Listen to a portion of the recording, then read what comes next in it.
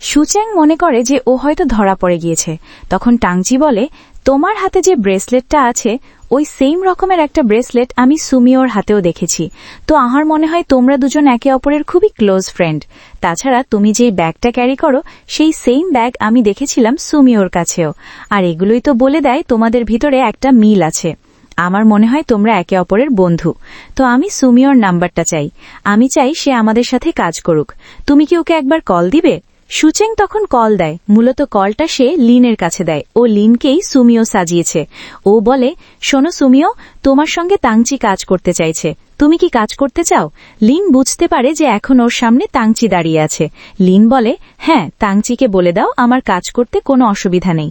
তখন সুচেং বলে, আমার বান্ধবী সুমিও বলেছে ওর কাজ করতে অসুবিধা নেই, তাই তুমি এখন যেতে পারো।